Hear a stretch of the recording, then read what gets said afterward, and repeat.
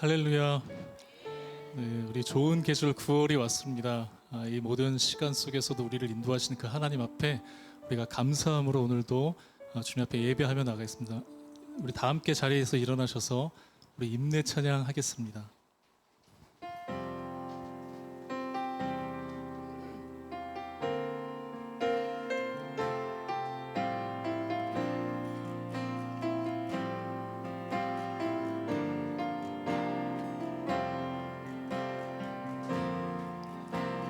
우리 모두 예배하는 자 되어 온전히 영과 진리로 주를 예배하자. 주가 우리와 함께 영원히 함께 하시고 마르지 않는 샘물로 우리 채우시리라. 우리 모두 예배하는 자 되어 온전히 영과 진리로 주를 예배하자. 주가 우리와 함께 영원히 함께 하시고 마르지 않는 샘물로 우리 모두 예배하는 자 되어 온전히 영과 진리로 주를 예배하자. 주가 우리와 함께 영원히 함께 하시고 마르지 않는 샘물로 우리 채우시리라.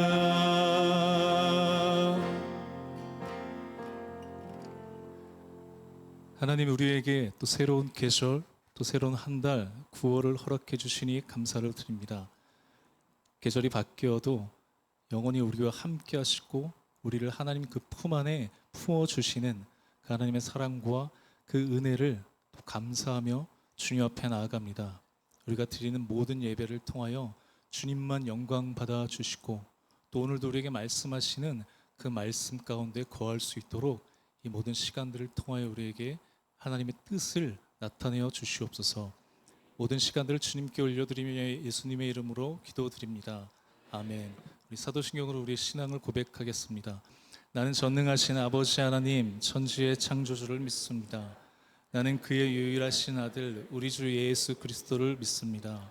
그는 성령으로 잉태되어 동정녀 마리아에게서 나시고 본드 빌라도에게 고난을 받아 십자가에 못 박혀 죽으시고 장사된 지 사흘 만에 죽은 자 가운데서 다시 살아나셨으며 하늘에 오르시어 전능하신 아버지 하나님 우편에 앉아 계시다가 거기로부터 살아있는 자와 죽은 자를 심판하러 오십니다.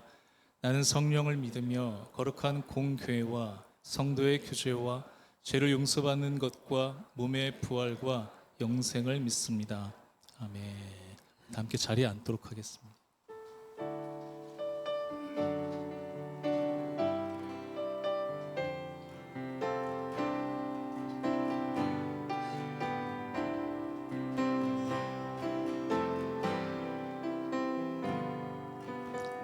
오 놀라운 구세주, 오 놀라운 구세주 예수 내 주 참 능력의 주시로다. 큰 바위 및 안전한 그곳으로 내 영혼을 숨기시. 메마른 땅을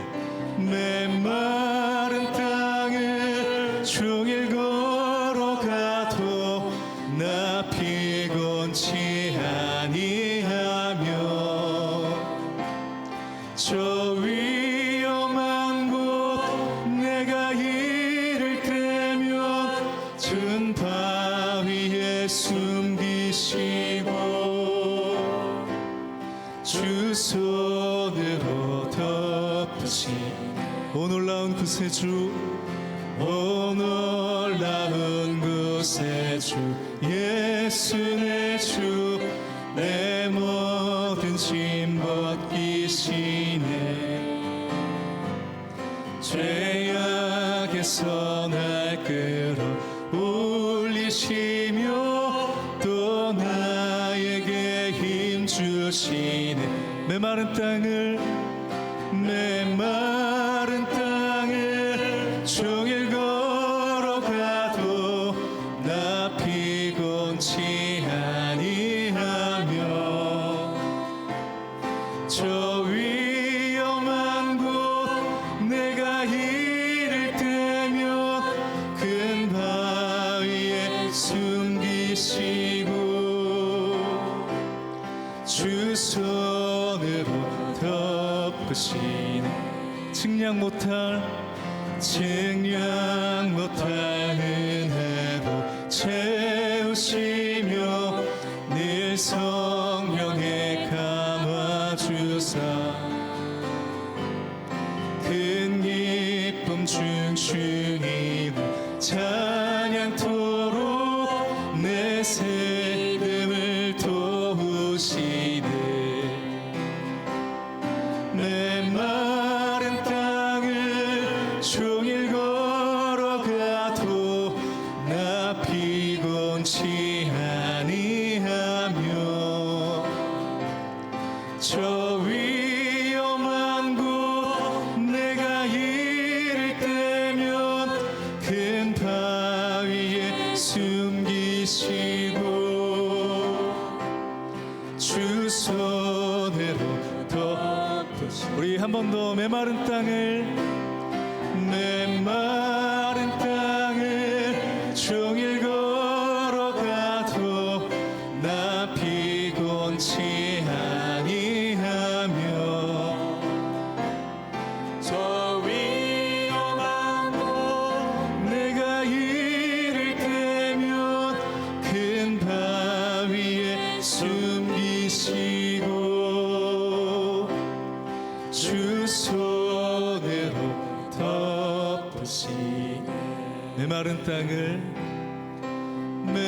메마른 땅을 종일 걸어가도 나 피곤치 아니하며 저 위험한 곳 내가 이를 때면 큰 바위에 숨기시고 주 손으로 덮으시네 주 사랑이 나를 숨쉬게 해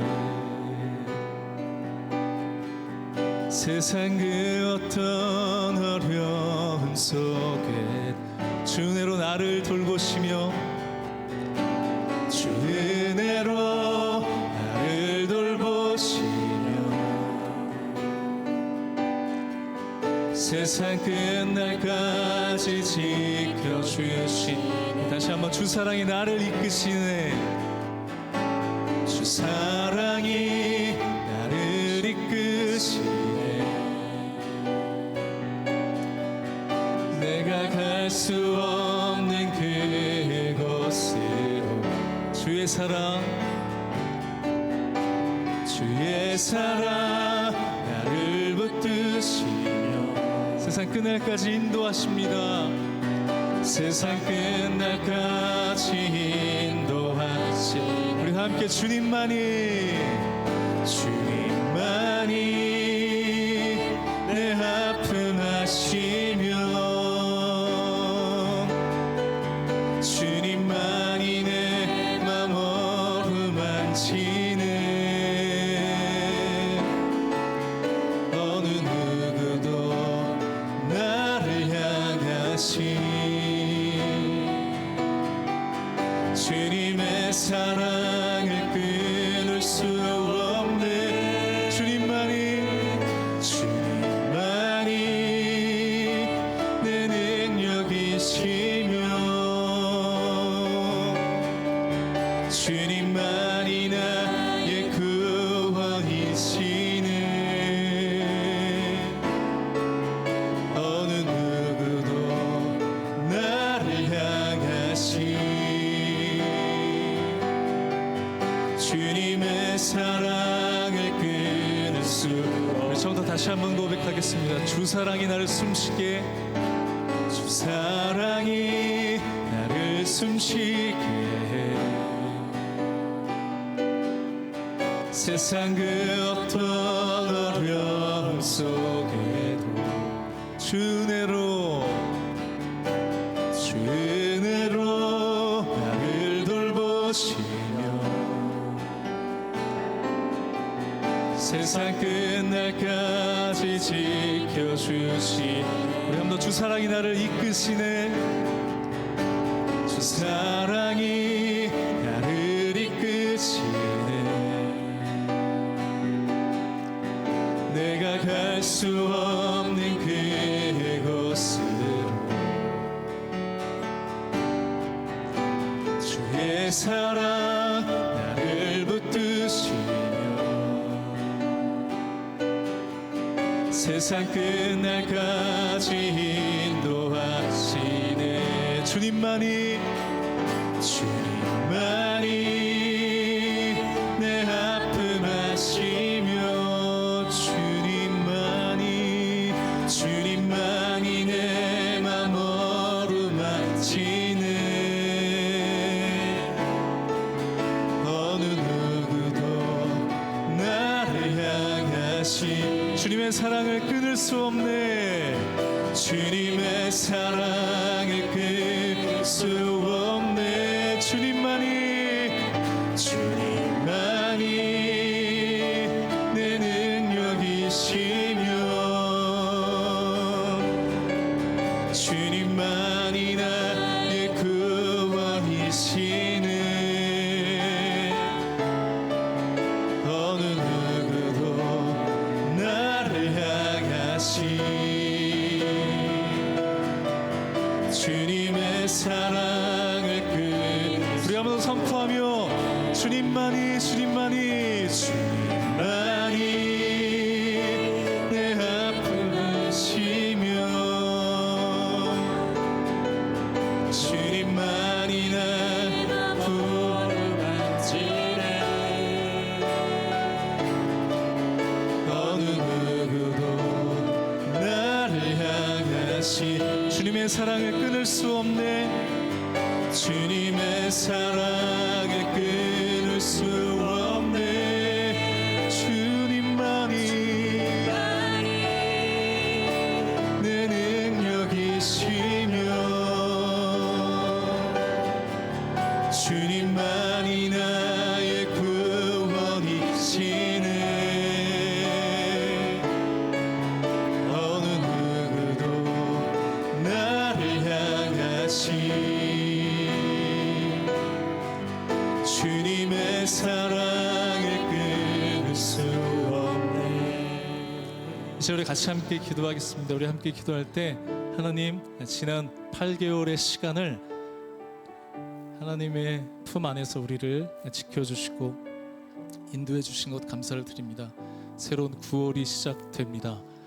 우리를 어렵게 하고 또 우리를 막막하게 하게 하는 현실 속에서도 우리가 다른 것 바라보지 않고 우리의 삶의 능력이 되시는 그 모든 어려움 속에서도 우리를 건지시는 그 구원의 하나님을 의지할 수 있도록 인도하여 주시옵소서.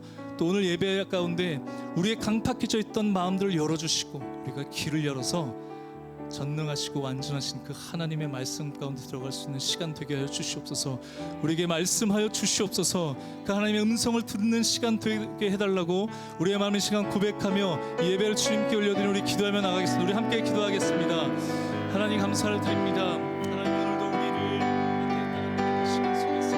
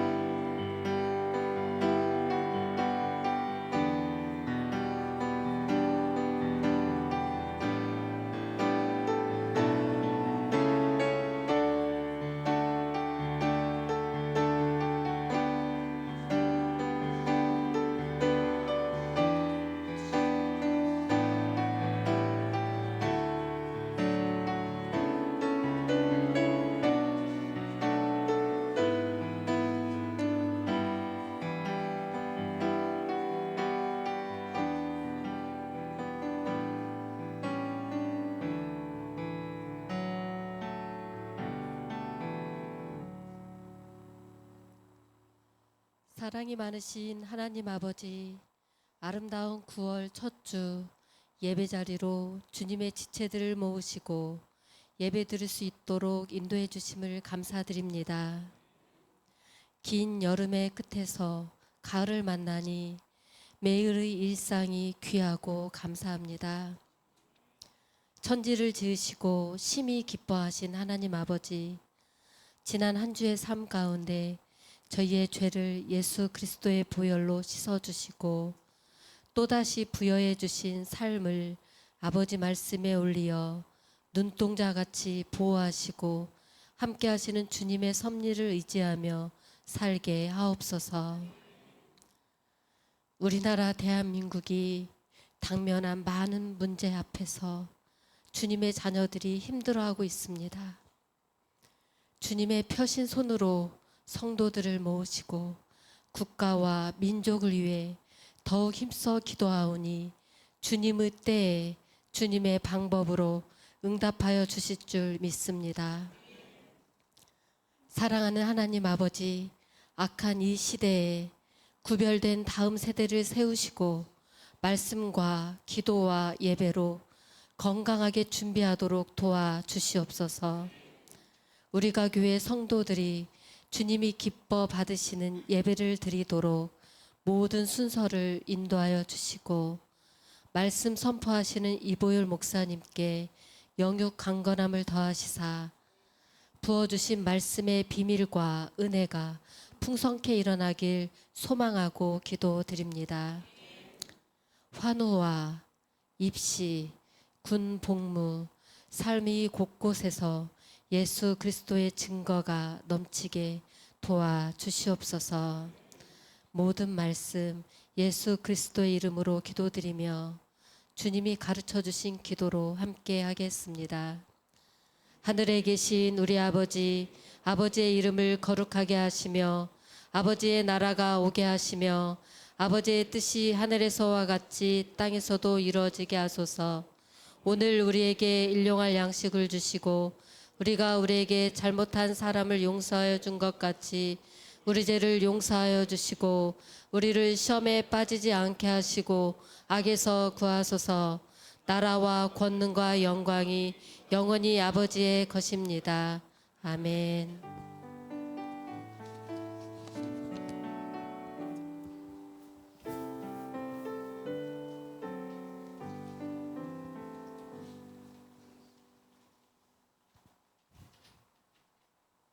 네, 교회 소식 띄워주세요. 네. 예배 후에 위틴즈와 저기 이름 모임 있고요. 항상 새벽 예배 있습니다. 매주 월요일 현장 예배 있고요. 나머지 요일은 온라인으로 예배 드립니다. 항상 매일 성경 큐티를 통해서 생활해 주시고요.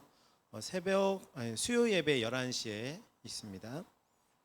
권사의 원례에 다음 주 2부 예배 후에 있으니 권사님들 많이 모여주시고요.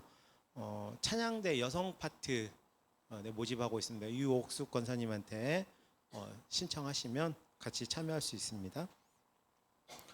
여성반, 우리가 양육 여성반 손승희 집사님이 총무님으로 이렇게 모집을 하고 있어요. 같이 신청하셔가지고 성경 공부 같이 해주시면 6주 과정입니다. 에베소서 같이 해주시면 좋겠어요. 그리고 이제 저희가 교회가 이제 교회가 만들어지고 첫 번째로 행사를 하는데 10월 8일 날 그 전교인 체육대회를 하려고 했었는데 날짜가 좀 변경이 될 것 같아요. 그래서 하루 앞으로 갈 수도 있고 뒤로 갈 수도 있는데 요일이 오늘 바뀌어서 날짜가 지금 10월 8일로 돼 있는데 날짜는 바뀔 것 같고요. 조만간 다음 주에 다시 정확하게 공지는 다시 해드리겠습니다. 다음 주에는 시간이랑 장소 그리고 날짜 다 지정해서 광고해드리겠습니다. 그리고 친교팀 매번 말씀드리지만 권택 권사님은 저번 주에 생신이셨고요. 한태현 집사님, 김영근 권사님, 강혜정 권사님, 김겸 어린이 생일 축하드리고요. 목사님 이번 주 수요일까지 휴가신 거 다 아시죠? 지금 아마 광주에 계신 걸로 알고 있고요.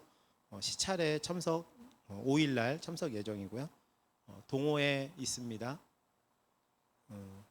네, 동호회 하나, 둘, 셋, 네, 5개 동호회 있는데 6개 많이 참석해서 친교 많이 나눴으면 좋겠습니다. 네, 감사합니다.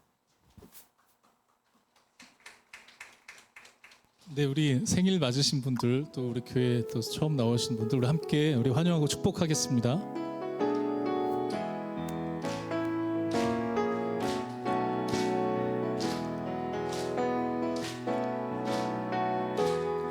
하나님의 사랑이 당신의 삶 가운데 가득하기를 축복합니다.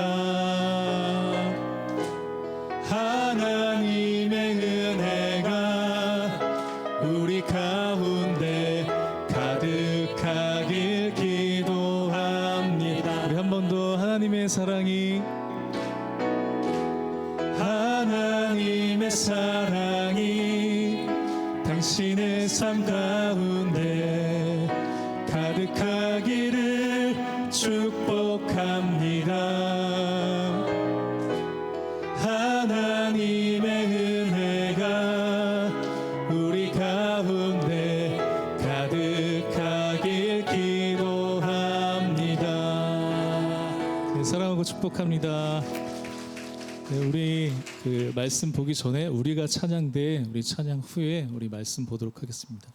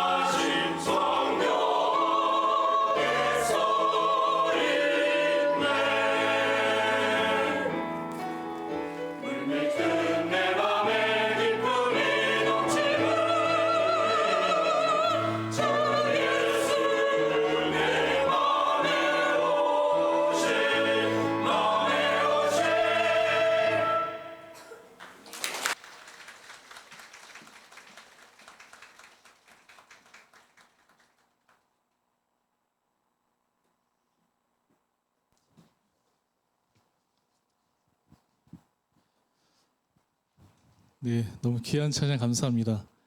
예, 여기 제 마음에 그 주님이 들어오신 거 보이시죠?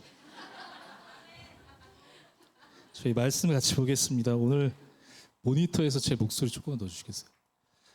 오늘 저희가 함께 나눌 말씀은 열왕기상 1장 1절에서 11절까지의 말씀을 우리 함께 보겠습니다. 열왕기상 1장 1절에서 10절까지의 말씀입니다. 제가 한 절, 여러분들 한 절 우리 함께 교독하겠습니다. 다윗 왕이 나이가 많아 늙으니 이불을 덮어도 따뜻하지 아니한지라.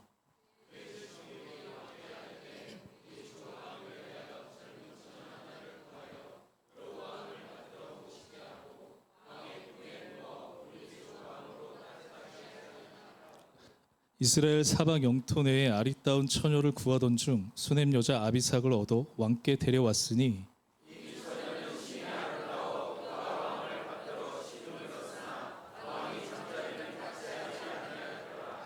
그때 학기스의 아들 아도니아가 스스로 높여서 이르기를 내가 왕이 되리라 하고 자기를 위하여 병거와 기병과 호위병 50명을 준비하니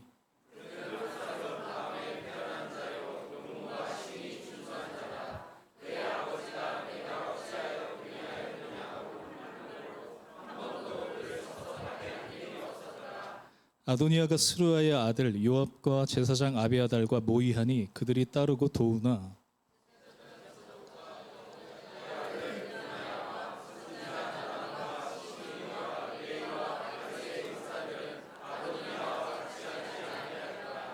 아도니아가 에느로겔 근방 소엘렛 바위 곁에서 양과 소와 살찐 송아지를 잡고 왕자 곧 자기의 모든 동생과 왕의 신하된 유다 모든 사람들을 다 청하였으나 선지자 나단과 브나야와 용사들과 자기 동생 솔로몬은 청하지 아니하였더라. 이는 하나님의 말씀입니다. 네, 안녕하세요. 반갑습니다. 우리 성도님들 한 주 잘 보내셨습니까? 어느덧 9월이 찾아왔습니다. 이제 더위가 지나고 좋은 날씨에 우리 행복한 또 감사한 9월을 보낼 수 있도록 우리 함께 인사하면 좋겠습니다. 저희가 그 조이 퀴즈에서 이렇게 인사하거든요. 하나님의 평강이 당신과 함께 하기를 원합니다 라는 의미로 샬롬 이렇게 인사하는데 우리 샬롬 한번 인사해 볼까요? 네, 샬롬. 네.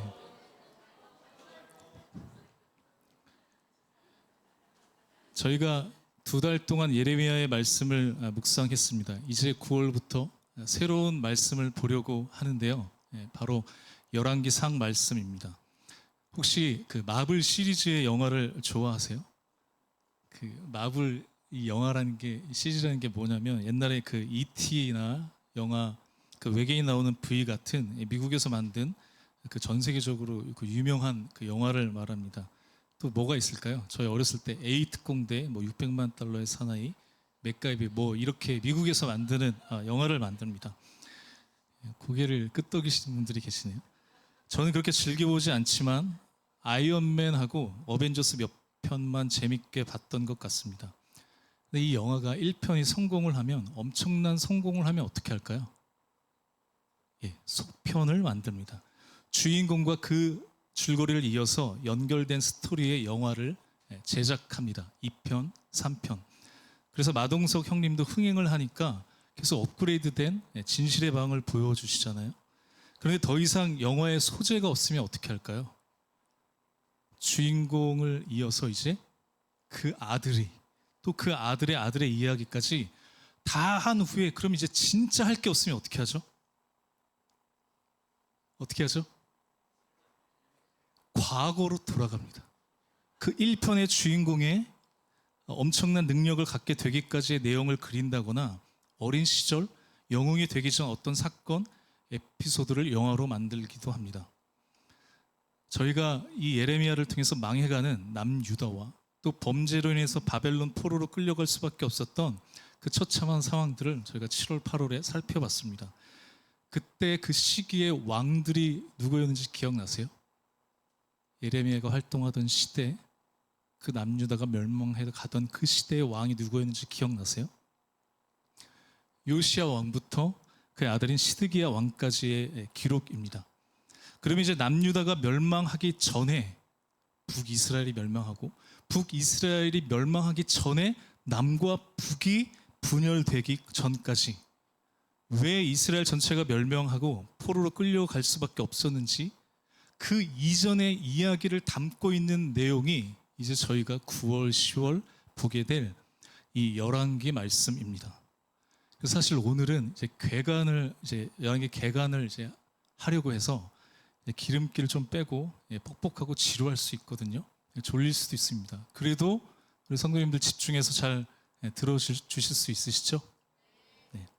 이 열왕기는 포로로 끌려가기 전 왕들이 어떻게 우상을 섬기고 어떻게 하나님 앞에 범죄를 저질렀는지 그것을 설명해주는 이야기입니다. 대부분 열왕기의 저자가 정확하지 않다고 하는데 저희가 이제 이전에 예레미야 말씀을 살펴보고 이후에 열왕기 상 말씀을 살펴보면서 이 열왕기의 저자를 예레미야로 보는 시각이 있습니다. 왜냐하면 멸망해 갈 때 요시야부터 시드기까지 그 기록이 예레미야의 표현과 많이 닮아 있고 흡사하기 때문에 그렇습니다. 이제 2달 동안 저희가 열왕기상 말씀을 통해서 이스라엘의 왕들의 이야기를 살펴볼 겁니다. 2가지겠죠. 하나님 앞에서 악한 왕이었거나 선하고 좋은 왕이었거나. 여러분 맞춰보실래요? 하나님 보시기에 좋은 왕이 더 많았을까요? 더 악한 왕이 많았을까요? 당연히 악한 왕이 더 많았겠죠. 그래서 이스라엘은 망하고 포로로 끌려가는 신세가 되잖아요. 이제 우리는 그 악한 왕들의 불순종과 그 우상 숭배가 얼마나 치명적인 결과를 낳게 되는지 이제 우리가 왕들의 이야기를 보면서 그 지점을 만나게 될 겁니다. 그래서 여기 아주 중요한 관점이 있습니다. 잘 기억해 두세요. 제가 지금 이야기하는 거. 그럼 하나님 보시기에 좋은 왕의 기준은 무엇인가? 이 기준으로, 이 관점에서 보는 시선으로 이 열왕기의 말씀을 묵상하는 것이 우리의 1차적인 목표이자 숙제입니다. 그럼 이제 한 가지 더, 성경에 보면 왕들의 그 이야기를 담고 있는 기록이 있는 성경이 있습니다. 어떤 성경이죠? 어떤 말씀이죠? 열왕기 했으니까 또 맞아요. 역대기도 성경에 있습니다. 그러면 역대기와 열왕기의 차이점은 뭘까요? 조금 쉽게 간단히 말하면 역대기는 이스라엘이 바벨론으로 포로로 끌려갔다 돌아온 후를 배경으로 합니다. 포로에서 돌아왔는데 다시 이스라엘로 돌아왔는데 어떻게 되어 있죠? 성은 다 무너져 있고 예루살렘은 망해 있습니다. 그럴 때 다시 으쌰으쌰해서 우리는 하나님의 백성이다. 우리는 하나님의 그 백성으로 정체성으로 살아갈 때 그것을 고치시키기 위해서 이제 이 이스라엘은 누구를 주목하냐면 다윗을 전면에 내세웁니다. 다윗의 영광스러운 그 시기를 바라보며 우리는 이렇게 멸망할 수밖에 없는 존재가 아니야. 우리는 다윗의 후손이야. 하나님께서 세우신 다윗이 통치하던 나라의 백성들이다. 그래서 어떻게 하죠? 다윗처럼 살아가면 다시 강해질 거야. 강한 나라가 될 거야. 이걸 이야기하려고 패배감과 실패감으로 그 절망으로 가득한 이스라엘 백성들에게 이야기하려고 역대기를 기록한 겁니다. 그래서 역대기에는 다윗의 정당성, 정통성을 이야기하기 위해서 잘못된 기록은 별로 등장하지가 않아요. 좋은 것만 기록하죠. 반면에 우리가 볼 이 열왕기는 이제 모든 것들이 다 망하고 포로로 끌려갈 때 그 끌려갔을 때 썼는데 마치 우리가 왜 이렇게 됐을까? 왜 우리가 이러한 상황들을 맞이해만 했을까? 반성하는 참회록 같은 겁니다. 그래서 그것을 따져보겠죠. 왜 우리가 이렇게 됐을까? 우리가 망한 건 조상들의 왕들의 우상 숭배와 죄 때문이야. 그러니까 열왕기는 잘못을 다 기록합니다. 이게 두 열왕기와 역대기의 차이점이에요. 역대기에는 다윗 왕의 안 좋은 것들은 구체적으로 다 기록하지 않지만 오늘 열왕기의 첫 번째 열왕기상 첫 번째 구절에서 가장 위대한 왕이라고 하는 다윗을 어떻게 소개할까요? 우리 1절 말씀을 한번 읽어보겠습니다. 시작. 다윗 왕이 나이가 많아 늙으니 이불을 덮어도 따뜻하지 아니한지라. 열왕기의 첫 시작을 나이가 들어 몸이 쇠약해진 다윗의 이야기로 시작합니다. 사람은 누구나 다 나이가 들면서 찾아오는 어려움이 있기도 하죠. 우리 아이들은 안 그럴까요? 아니, 그럴 수 있거든요. 저도 이걸 제가 얘기할지 말할지 나오기까지 고민을 했는데, 제가 지하 그 집에 주차할 때 지하 5층까지 있거든요. 늘 제가 아침에 나올 때 어디에 주차했는지 생각이 안 납니다. 그래서 늘 10분을 지체하고요. 교회에도 저희가 3층까지 있잖아요. 저는 늘 그래서 고정시켜 놓거든요. 3층에. 그런데 2층, 3층에 없는 거예요. 2층에도 없습니다. 설마 1층에 됐겠어 하고 1층 갔더니 차가 있더라고요. 그런데 지금 다윗도 시간이 지나니까 정신도 약해질 수도 있고 몸이 약해졌습니다. 그 상태를 뭐라고 이야기하죠? 이불을 덮어도 따뜻하지 않는 상태라고 합니다. 온돌이 없어서 그랬을까요? 다윗이 얼마나 위대한 사람이었죠? 용기가 대단했고 싸움도 잘했고, 그리고 많은 사람들의 존경도 받았고 지혜롭고 성품도 좋았지만, 또 세계적인 찬양 인도자 워십 리더도 따라올 수 없는 최고의 그 예배자였잖아요. 이걸 종합적으로 해서 하나님이 다윗을 어떻게 말하죠? 성경에 유일하게 내 마음에 합한 자라고 기록합니다. 그런데 지금 그 다윗이 기력이 쇠하고 몸이 약해졌다는 것을 보여줍니다. 그런데 왜 이 열왕기상 첫 시작에 이러한 다윗의 상태를 기록하고 있을까요? 열왕기의 저자는 정확하지가 않습니다. 여러 명일 수도 있고, 역대기를 기록한 에스라 아니면 비슷한 연대의 기록이 겹쳐 있는 예레미야일 수 있습니다. 하지만 저희가 예레미야 말씀을 살펴봤기 때문에, 만약 예레미야가 예레미야서에 이어서 이 열왕기서를 기록했다면, 예레미야서를 기록할 때는 어떤 그 분위기였죠? 이스라엘아, 너희들은 우상 숭배에서 돌아와. 하나님의 말씀으로 돌아와야 돼. 그 언약의 관계로 돌아와라. 안 그럼 우린 다 망해. 그러니까 그 멸망한 그 상황들을 하나님께서 환상으로 보여주시기 때문에 그 처참한 상황들을 생각하면 내가 너무 슬퍼서 눈물이 날 정도야 라고 말했겠죠. 그런데 결국 어떻게 되죠? 망해서 포로로 끌려갔습니다. 그리고 나서 다 망해보고 나니까 이제 이 열왕기 그 시간 순서적으로는 예레미야가 먼저 쓰여졌거든요. 왜냐하면 멸망하기 전이에요, 그때는. 그런데 이 열왕기는 배경이 어떻다고요? 멸망한 후에 포로로 끌려갈 때. 그럼 이 열왕기의 분위기는 어떨까요? 내가 다 망해보고 나니까 인생도 나라도 다 부질없다고 느껴지지 않았을까요? 그때 예레미야가 만약에 열왕기를 기록한다면 처음 드는 생각은 무엇이었을까요? 다윗 왕 때의 영광스러웠던 시간들, 그 엄청난 예배의 광경들, 너희들이 그렇게 자랑하고 그리워하던 그 최고의 순간들, 그때의 높은 온도는, 그 체온은 결국 다 식게 될 거야. 온기가 남아있지도 않을 걸. 이렇게 생각하지 않았을까요?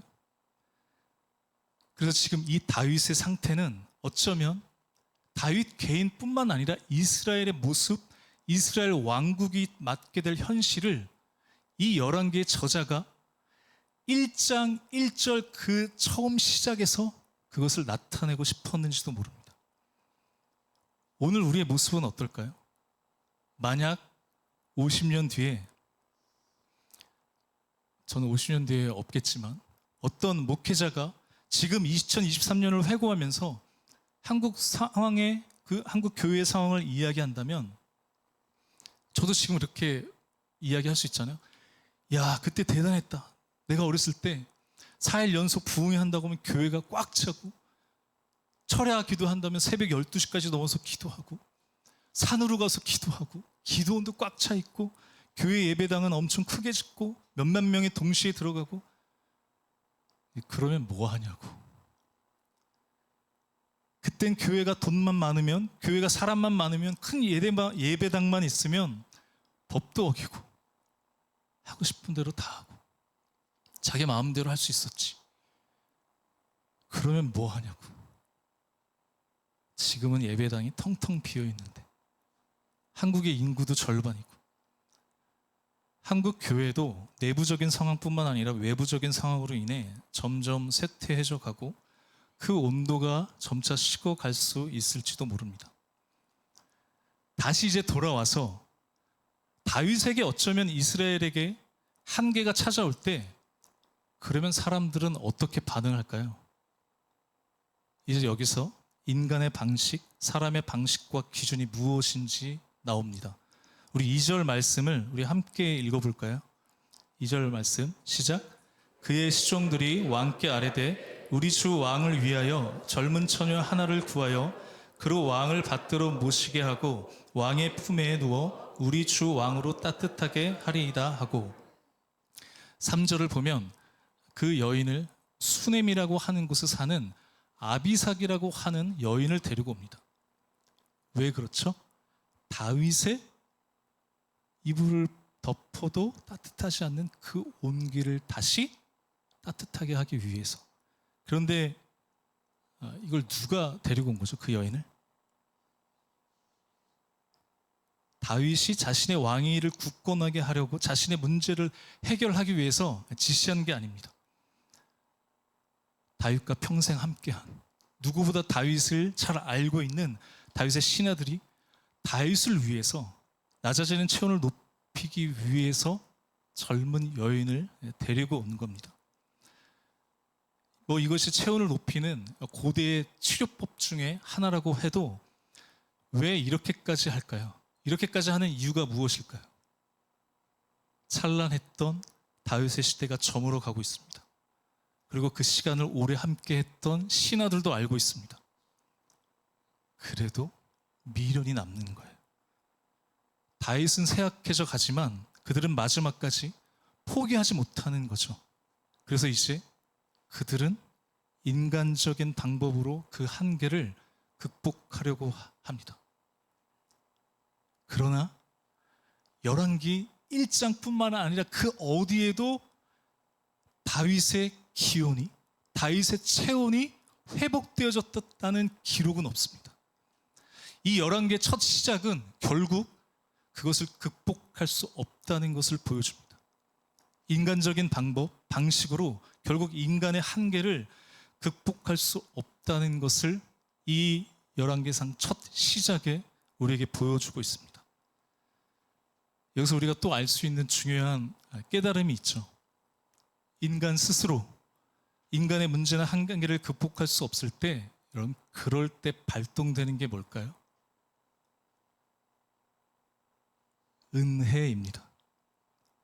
출애굽의 이야기, 왕들의 이야기, 이스라엘의 이야기, 포로의 이야기들이 결국 인간 스스로 그 문제를 해결할 수 없다는 거잖아요.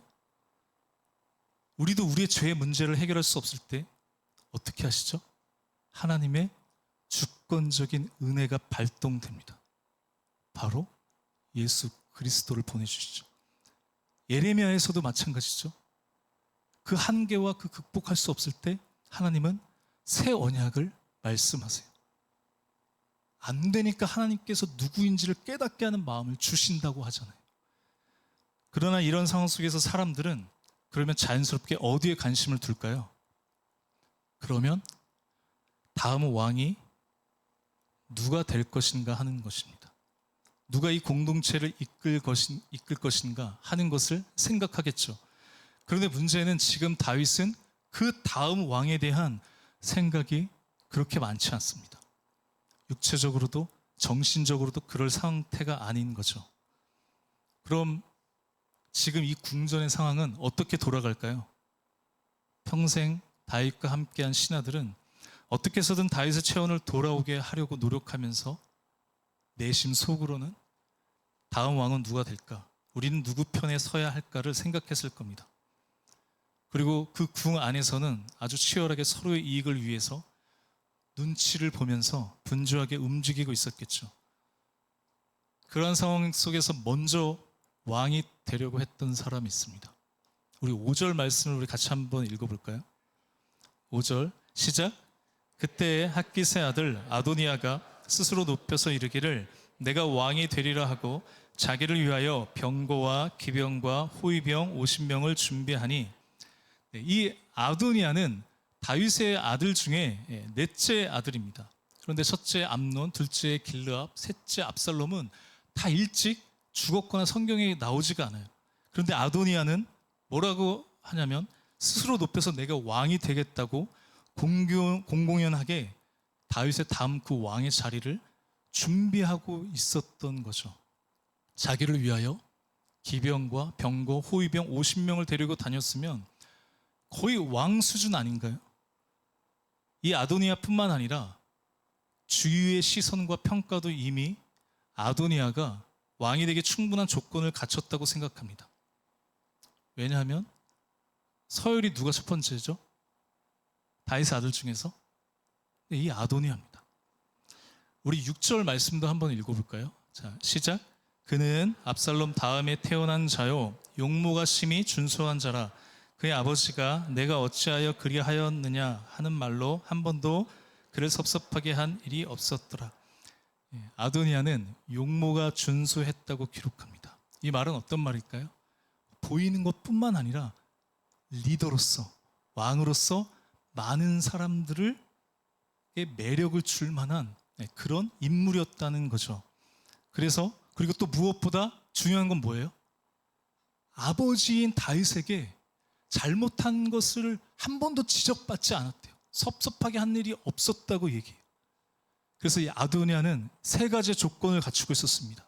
누구보다 왕이 될 만한 서열 1순위였고, 용모가 심히 준수했고, 모든 사람들도 다 좋아할 만한, 그리고 무엇보다 아버지에게 잘못을 듣지 않을 정도로 그런 왕자로서 좋은 모습을 보인 것이죠. 자, 이제 그럼 제가 질문해 보겠습니다. 아도니아는 왕으로서 충분한 자격을 갖추었나요? 다윗을 이을 왕이 되어도 좋은가요? 손 들어주세요. 제가 처음 시작하면서 우리가 열왕기상 읽을 때 1차적 목표가 뭐라고 했는지 기억나세요? 어떤 관점으로? 하나님의 기준에서 더 좋은 왕은 누구인가? 아도니아는 세상에서 기준에서는 충분한 조건이었습니다. 이보다 더 부족하기도 힘들지 않을까요? 우리 7절 말씀 한번 읽어볼까요? 시작. 아도니아가 스루야의 아들 요압과 제사장 아비아달과 모이하니 그들이 따르고 도우나. 이 아도니아는 정치력까지 갖췄습니다. 여러분, 당시 왕이 되려면 가장 중요한 것 중에 하나는 뭐냐면 군사와 종교를 장악해야 되는데, 이 아도니아는 군대 장관이었던 요압과 제사장인 아비의 아달과 어떻게 모의했다고 나옵니다. 어떨 때 모의라는 단어를 쓰죠? 뭘 모의했을까요? 내가 자신이 스스로 왕이 되려고 하는 것을 모의한 겁니다. 아버지가 쇠약해서, 다윗이 쇠약해서 다음 왕을 정하지 못할 때 어떻게 보면 꼼수로 왕이 되려고 하는 거죠. 그럼 아도니아는 하나님의 기준에서 좋은 왕일까요? 아닐까요? 확실합니까? 이스라엘의 왕을 세우는 분은 하나님이세요. 하나님의 기준은 서열과 외모와 능력이 아닙니다. 하나님의 생각, 하나님 뜻, 하나님 자체가 기준입니다. 그 말씀에 순종하느냐 안 하는 것이 좋은 왕의 기준이었습니다. 하나님은 다윗을 통해서 솔로몬을 왕으로 세우는 것이 하나님의 뜻이었습니다. 아도니아는 그 뜻을 순종하지 않죠. 이제 저희가 열왕기상 이후에 다윗 이후에 수많은 왕들의 이야기가 나옵니다. 이제 우리가 이 열왕기를 어떤 관점으로 읽고 묵상하면 좋을까요? 성경에서 나오는 왕들을 평가할 때 중요한 것은 그 치적이나 군사적 업적에 초점이 맞춰져 있지 않습니다. 왕들이 하나님의 말씀을 가까이 하는가, 말씀을 듣는가, 그래서 말씀에 순종하는가 하는 것이었습니다. 오늘 저희가 살펴보지 않았지만 이 열왕기상 1장에서 인간의 능력 또 전체의 한계에 직면하여 아무것도 할 수 없을 때 하나님은 어떻게 하시죠? 주권적인 은혜를 발동하여 선지자 나단을 통해서 밧세바로 하여금 다윗으로 통해 솔로몬을 왕으로 세우십니다. 그래서 다윗은 이제 비록 자신은 노쇠하여 그 한계로 인해 더 이상 영광스러운 시간을 보낼 수 없지만 다윗이 인생의 마지막 순간에 하는 말이 있어요. 그 이연길 목사님이 지으신 왕들의 이야기라는 이 책에 저는 처음 봤거든요. 다윗이 자녀에 대한 그 교육을 이야기하는 그런 챕터가 있습니다. 우리가 아까 말씀 살펴봤지만 6절 말씀에 아도니아는 한 번도 다윗으로부터 뭘 잘못했다는 이야기를 들어본 적이 없다고 이야기합니다. 그러나 반대로 보면 다윗은 그 아들들이 잘못했을 때 한 번도 그 잘못을 지적하지 않다고 생각할 수도 있어요. 왜냐하면 압살롬도 그랬거든요. 아도니아 때도 똑같이 그랬습니다.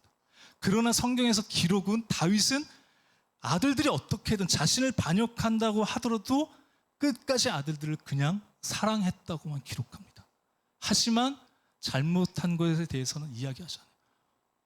자녀들에게 부끄러움이 있기 때문에 그럴 수도 있겠죠. 밧세바 사건 때 있었으니까. 그렇지만 이 다윗이 이제 마지막에 마지막 그 인생을 마감하는 그 시기에 아들에게 하는 말이 있습니다. 유언이죠. 열왕기상 2장 3절 말씀을 우리 마지막으로 함께 읽어보겠습니다.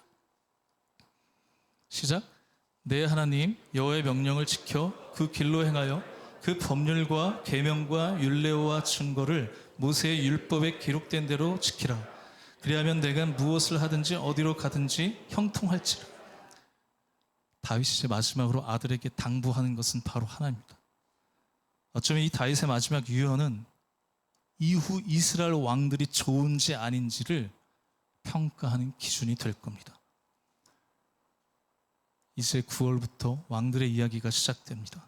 왕들의 삶, 그 시대 가장 높은 권력과 부를 가지고 있었던 삶이 지금 우리의 현실 속에 무슨 상관이 있겠냐고 생각할지도 모릅니다. 그러나 왕들의 이야기는 곧 우리들의 이야기입니다. 우리도 각자의 환경이 다를 수 있지만 어디서든 높아지려고 하고 높아지기 위해 고군분투하고 살아가기 때문이죠. 남들보다 더 좋은 말을 갖고 더 좋은 무기를 갖고 더 높은 위치에 가기 위해서 우리는 사랑하는 가족, 동료, 친구를 배신하고 죽이려고까지 하면서 얻어야 하는 것들이 있잖아요. 그러기 위해 하나님보다 세상의 힘, 세상의 가치를 따라가는 모습들은 어쩌면 우리들의 이야기일 수 있습니다. 앞에서 제가 이 11개를 보는 관점에 대해서 설명했습니다. 하나님 보시기에 어떤 왕이 좋은 왕일까? 어떤 왕이 악한 왕일까? 그 기준은 하나님의 말씀에 순종하느냐 그렇지 않느냐 하는 것입니다. 우리는 하나님의 좋은 아들일까요? 딸일까요?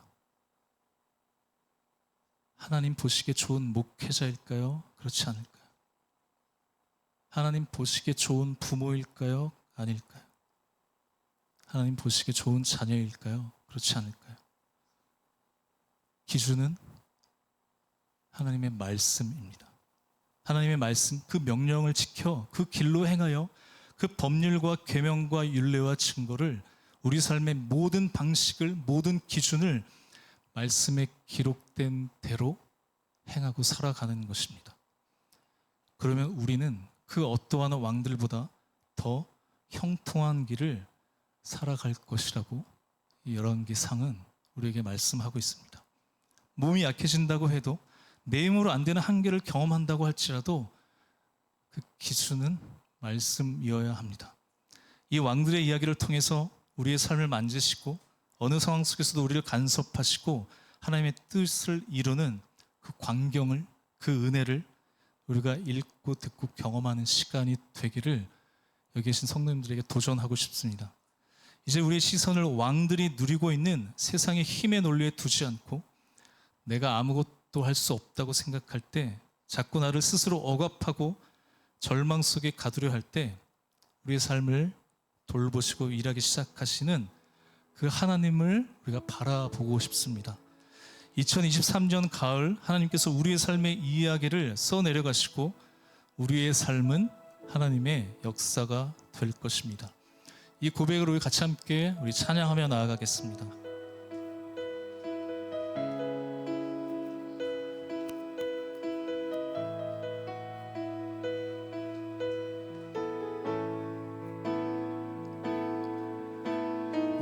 내게로부터 눈을 들어 주를 보기 시작할 때 주의 일을 보겠네. 내 작은 맘 돌이키사 하늘에 꿈꾸게 하네. 주님을 볼 때 모든 시선을 주님께 드리고 살아계신 하나님을 느낄 때 내 삶은 주의 역사가 되고 하나님이 일하기 시작하네. 성령이 나를 변화시켜, 성령이 나를 변화시켜 주를 부르며 사라질 때 주의 일을 보겠네. 광대한 땅 한가운데서 주님만 알게 되리. 주님을 볼 때 모든 시선을 주님께 드리고 살아계신 하나님을 느낄 때 내 삶은 주의 역사가 되고 하나님이 일하기 시작. 우리 한 번 더 모든 시선을 주님께 드리고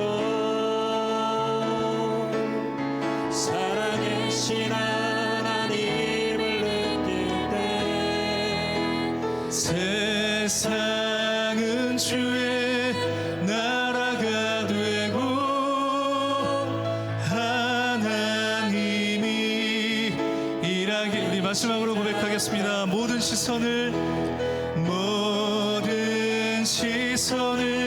주님께 드리고 살아계신 하나님을 느낄 때 내 삶은 주의 역사가 되고 하나님이 일하기 시작하네. 이제 우리 함께 기도하겠습니다. 이제 2023년 하반기 하나님은 우리를 동일하게 왕 같은 제사장으로 부르시고 우리의 삶을, 우리의 인생을 이렇게 세워가실 겁니다. 그럴 때 우리는 우리 한계와 마주할 때, 어쩌면 내 힘으로 아무것도 할 수 없을 때 하나님은 은혜를 사용하시고 우리의 삶 가운데 개입하셔서 하나님의 그 뜻 안에서 우리를 인도하실 거라고 믿습니다. 우리가 이 믿음을 가지고 기도하고 싶습니다.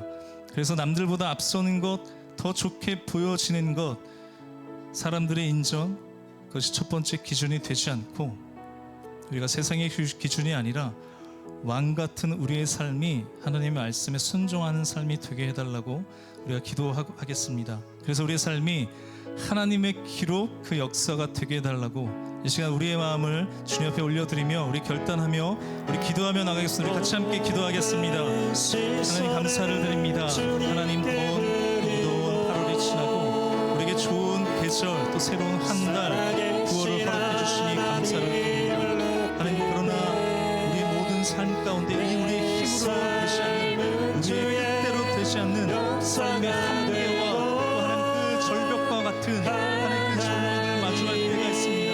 하나님 그럴 때 우리가 하나님 세상의 기준으로 남들보다 더 가지기 위해서 남들보다 더 앞서기 위해서 남들보다 더 인정받기 위해서 아니 그것이 우리의 삶의 기준으로 두고 있는 것이 아니라 하나님 오직 우리의 삶을 왕같은 제사장으로 세우시고 인도하실 때 하나님의 그 말씀만이 우리의 삶의 기준이 되게 하여 주시옵소서. 그 말씀을 듣고 순종하는 하나님의 백성들 되게 하여 주시옵소서.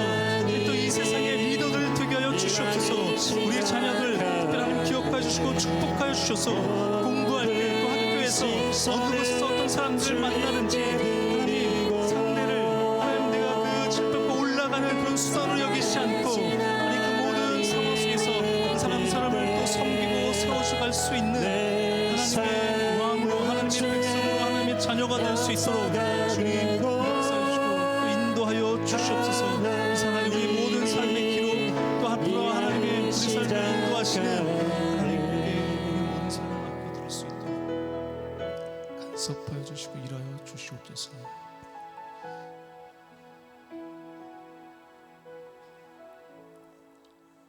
하나님 감사합니다. 이제 무더운 여름이 지나고 좋은 계절